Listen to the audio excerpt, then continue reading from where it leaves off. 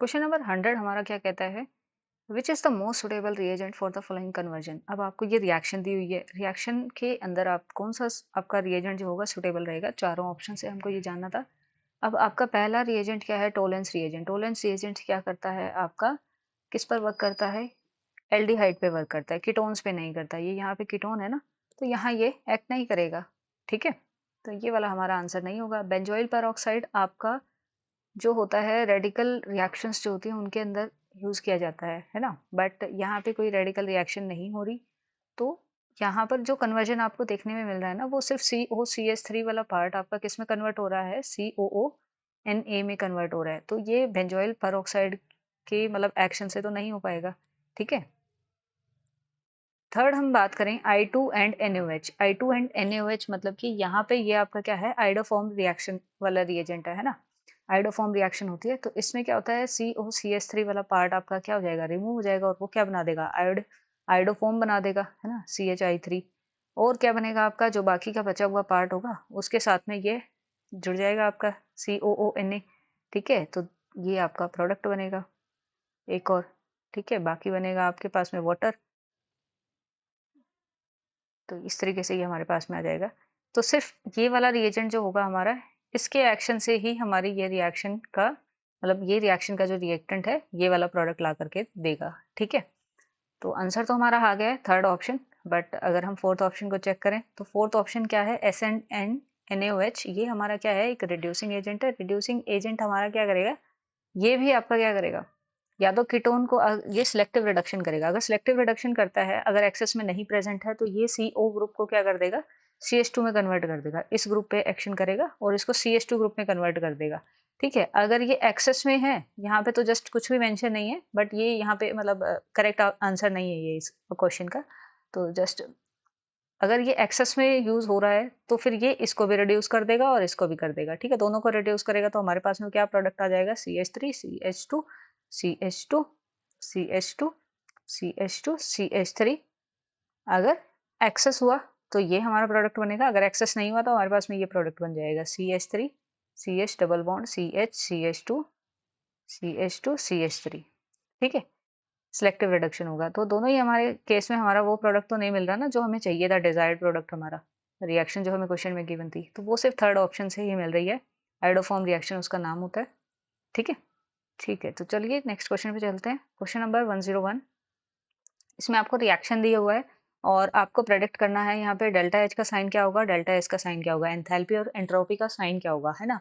तो आपको पता है कि Cl2 गैस से आपका किस में जा रहा है, दो क्लोरीन गैशियस एटम बन रहे हैं आपके, है ना। तो ये कब हुआ होगा, मतलब क्लोरीन क्लोरीन का बॉन्ड आपका ब्रेक हुआ होगा, तभी तो वो गैशियस 2 एटम्स में कन्वर्ट हो रहा है।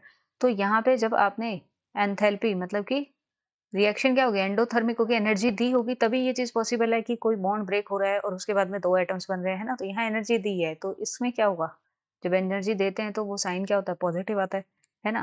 पहले आपका एक गैशियस आयन था, ठीक है, गैशियस एटम था, अब 2 कन्वर्ट हो रहे हैं, तो एंट्रोपी क्या हो रही है, बढ़ रही है। नंबर ऑफ मॉलिक्यूल्स आपके क्या हो रहे हैं, इंक्रीज हो रहे हैं, जिसके कारण आपका एंट्रोपी क्या होगा, बढ़ रहा है तो पॉजिटिव साइन। ठीक है, अब यहाँ पे आपका क्या आएगा आंसर, देखो दोनों चीजें क्या आ रही हैं, डेल्टा H भी पॉजिटिव डेल्टा S भी पॉजिटिव, तो बोथ पॉजिटिव आपका क्या आ जाएगा, इस रिएक्शन के लिए आंसर आ जाएगा। साइंस पूछे हुए थे आपसे। ठीक है, तो सेकंड ऑप्शन हमारा आंसर बन जाएगा। चलिए नेक्स्ट क्वेश्चन पे देख लेते हैं अभी। क्वेश्चन 102 में क्या कहता है, electronic configuration of a transition element x is in +3 oxidation state. ये इलेक्ट्रॉनिक कन्फिग्रेशन दी है, एटॉमिक नंबर हमको बताना है। ठीक है, कोई भी आपको क्या दिया हुआ है, एक एक्स एलिमेंट है जो कि +3 ऑक्सीडेशन स्टेट के अंदर है और उसकी इलेक्ट्रॉनिक कन्फिग्रेशन क्या है, ये दी हुई है आर्गन 3d5। ठीक है, अगर ये +3 चार्ज नहीं होता, +3 का मतलब क्या है कि यहाँ पे 3 इलेक्ट्रॉन्स निकल गए। अगर +3 नहीं होता, न्यूट्रल एटम होता है ना, तो +3 नहीं होता तो अपने पास में कॉन्फ़िगरेशन क्या होती है, ये तो पता है ना कि डी में वैलेंस इलेक्ट्रॉन्स आ रहे हैं तो ये डी ब्लॉक एलिमेंट हुआ, है ना। तो यहाँ पे ये क्या आ जाएगा, आर्गन 3d6 4s2, ऐसा कुछ कॉन्फ़िगरेशन रहता। 3 इलेक्ट्रॉन निकलने पे क्या बनती कॉन्फ़िगरेशन, ये बनती है ना, ऐसा रहता। अब ये देख लो ये किसकी इलेक्ट्रॉनिक कॉन्फ़िगरेशन है, ये तो आपकी किसकी होती है, आयरन की होती है ना। और आयरन का एटॉमिक नंबर कितना होता है, 26 होता है। ठीक है, तो ऑप्शन 3 हमारा क्या हो जाएगा, आंसर हो जाएगा। ठीक है, तो जस्ट आपको इलेक्ट्रॉनिक कॉन्फ़िगरेशन को थोड़ा सा आइडिया होना चाहिए, तो उधर से आपका ये क्वेश्चन बन जाएगा। चलिए नेक्स्ट क्वेश्चन देख लेते हैं। If all the molecules of ethanoic acid associate in benzene, सारे मॉलिक्यूल इथेनॉइक एसिड के बेंजीन के अंदर एसोसिएट कर रहे हैं, है ना। ठीक है, इथेनॉइक एसिड आपका कैसा दिखता है, CH3COOH, ये होता है हमारा इथेनॉइक एसिड। अगर इसको मैं एसोसिएशन अगर आपको शो करूं तो कुछ इस तरीके से हुआ होगा ना, CH3 C double bond OH। ऐसे ही एक और मॉलिक्यूल अगर हमारे पास में होगा, ठीक है, यूं, ठीक है, ये इस तरीके से मैंने दो मॉलिक्यूल्स दिखा दिए इथेनॉइक एसिड के। ये क्या कर रहे हैं, डाइमराइज कर रहे हैं, डाइमराइज कर रहे हैं। यहाँ पे आपको नजर आ रहा होगा हाइड्रोजन बॉन्डिंग, यहाँ पे हाइड्रोजन बॉन्डिंग, है ना। तो ये एसोसिएशन हो रहा है यहाँ पे, है ना। तो ये बना रहा है डाइमर। अब आप यहाँ पे वन टॉप फैक्टर कैसे निकालते हैं, वन टॉप फैक्टर निकालना, एसोसिएशन में क्या फॉर्मूला रहता है आपका, i is i minus one by 1/n minus one is equals to alpha. ये फॉर्मूला रहता है हमारा वन टॉप फैक्टर का, जिसमें अल्फा क्या है आपका, डिग्री ऑफ एसोसिएशन, है ना। और n क्या है, कितने मॉलिक्यूल्स आपके एसोसिएट कर रहे हैं, और i हमारा क्या है, वन टॉप फैक्टर है। तो यहाँ पे n आपका क्या डाइमर बना रहा है, तो ये 2 हो जाएगा। ठीक है, इसमें अगर हम i माइनस वन बाय 1/2, दो मॉलिक्यूल एसोसिएट कर रहे थे, -1, और डिग्री ऑफ एसोसिएशन क्या है, 100% एसोसिएट कर रहे हैं, सारे मॉलिक्यूल एसोसिएट कर रहे हैं 100%। 100% को परसेंट में ना रखें, हम फ्रैक्शन में रखे हैं यहाँ पे, क्योंकि हम नंबर्स की बात कर रहे हैं, परसेंटेज में बात नहीं कर रहे। ठीक है, तो ये 1 आ जाएगा। तो ये क्या हो जाएगा, i minus one by -1/2 is equals to 1। ये क्रॉस मल्टीप्लाई होगा, ठीक है। तो ये क्या आ जाएगा, i minus one is equals to -1/2, और ये माइनस जब दूसरी तरफ जाएगा तो ये क्या हो जाएगा, i is equals to -1/2 plus 1, that is i का वैल्यू कितना आ गया, 1/2 आ गया, है ना। तो वन टॉप फैक्टर क्या आ गया, 1/2 आ गया। और यहाँ पे जो ऑप्शंस में आपको दिया हुआ है, आपका elevation and boiling point form में दिया हुआ है ना सब में, तो उसके साथ में कंपेयर करके बताना कि नॉर्मल वैल्यू का क्या जाएगा। ठीक है, अब एलिवेशन एंड बॉइलिंग पॉइंट का रिलेशन क्या होता है, delta T B is equals to i K B M. ठीक है, यहाँ पे आई का वैल्यू कितना है, हाफ है। अब क्या हो रहा है, पहले जो भी था, ठीक है, जब एसोसिएशन नहीं हो रहा था, नॉर्मल बात चल रही थी, नॉन इलेक्ट्रोलाइट सॉल्यूशन था, है ना, तब तो आपका delta T B equal to K B M होता।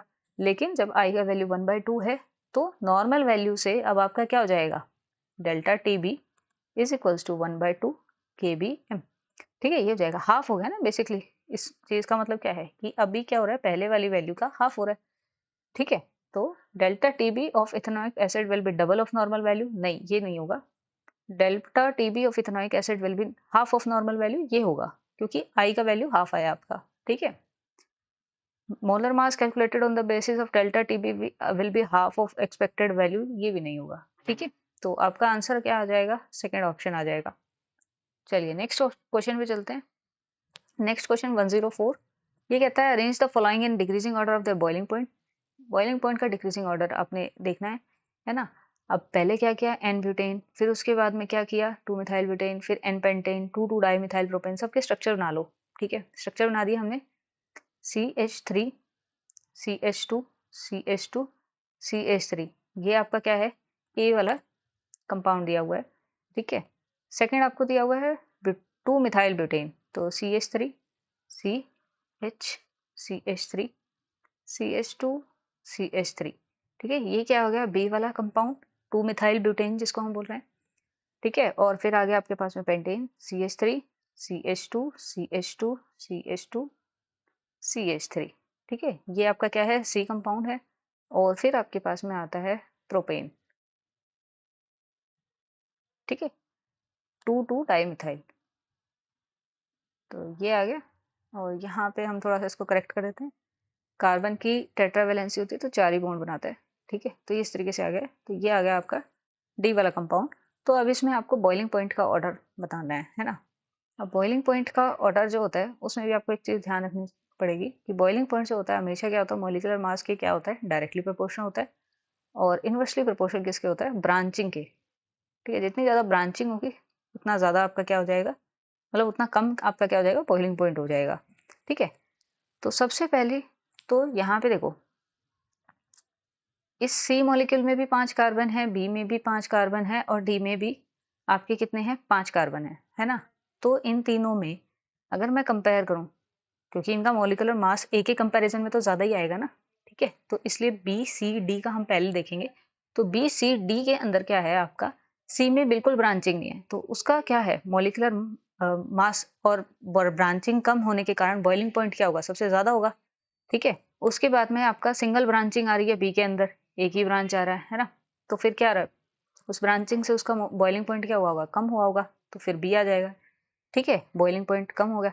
फिर यहाँ पे क्या आ गया, 2 ब्रांचिंग आ गई, 2 ब्रांचिंग के बाद में यहाँ पे और कम हो गया, उसके बाद में आपके पास में कोई ब्रांचिंग नहीं आई, यहाँ पे आपका 4 कार्बन वाला मॉलिक्यूल है, पहले 5 कार्बन वाला था, तो अभी क्या आ जाएगा, ए आ जाएगा, ठीक है? तो ये आपका क्या बन जाएगा, करेक्ट ऑर्डर बन जाएगा बॉइलिंग पॉइंट का, ठीक है?